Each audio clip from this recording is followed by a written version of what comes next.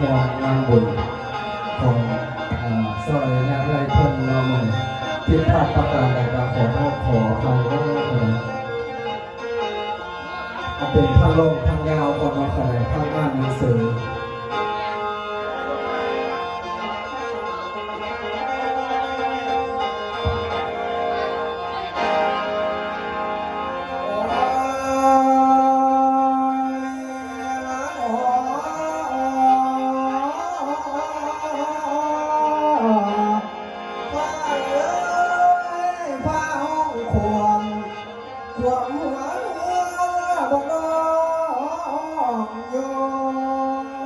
เสียงเอ้ยอ้อเสียงเอ้ยอ้อเสียงลูกปั้นขันเสียงขันจากสู้ขันคือโลเสียงใจล้วนในใจ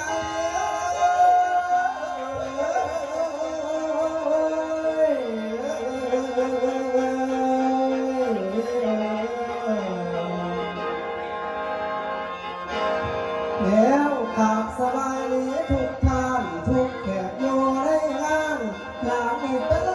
หมอลำผ่านสนามบ่ทันขออภัยลุงป้าตายายท่านเฒ่าแก่ทั้งพ่อแม่พี่น้องบ่ฟังลาบ่อ่านก่อนดึกมาสีขอนขอนหนอละซ้อนไก่สีเทียงยิ้มแต่เสียงไก่แก้วขันท่าโมมาแรงหมอแค่เอ้ยขันยังแค่แก้มแดงหวังไปได้นอสิเมาต่อลูกขอเอ้ยมันสิขันอยากสู้ผู้น้องสินางใสใจใจเด้ขันเป็นยังเด้เด้น้องสาวงามบ้านเพิ่นสาผู้เอ้ยขันผู้งามจังเจ้าไผสิเขาห่วงนอนเปรียบจะหมอลำน้อยขันหมอแค้นขันภาคภูผู้สิซ้อนมาทำในห่วงเฮียงสาธุเด้อย่าแม่เด้อขันนิยมมาให้หมอลำเด้อ10,000 กีบลำสิจีบเสียงไว้ลุงเจ้าบ่ได้เสียทันวันบาดเดียสตางค์แดงบ่ใส่ใจทันว่าท่านให้แล้วเพิ่นเจ้าผู้สู่งามปากธนาเอาซอยสิขึ้นโอยหน่วยสั่งอุกอังเด้อขันอยู่ในโลกนี้ทางไกลปืนไฟนอและหน้าไม่ให้ไก่ฟังสักท่าเลยกำเว้นน้อยทางไกลอย่าพันพอบุญพลาบนช่วยสร้างสมภารในห่วงขอให้พ้นจากองค์อาสมโลกนี้บุญอยู่สวยสู้พวกพ่อโตแม่โตเท่าแก่ในงานขอให้สังวรสู้ถูกอย่างนี้มาไกลให้เนี่ยน้อเวียนหายไหนเอ้ยเวียนหายสาธุเด้อขอให้ปาสัจจาเวียนไปเล่นต่อ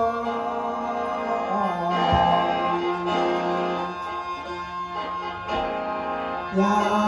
เสียนี้บุญเอ้ยบุญเฮา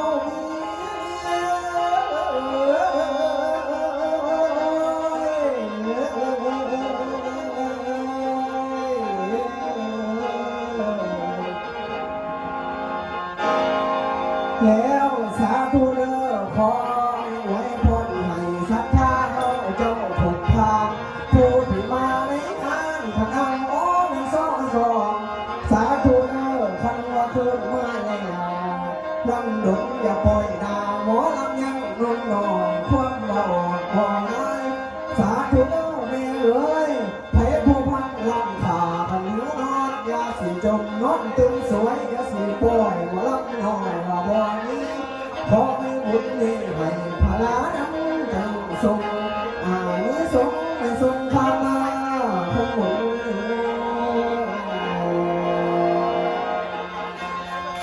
ขอสุขวังหุ่นเอ้ยหุ่นน้อยเอ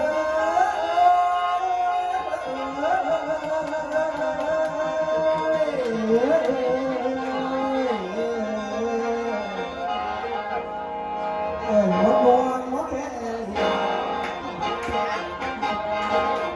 มันเสียงยุ่งให้สัก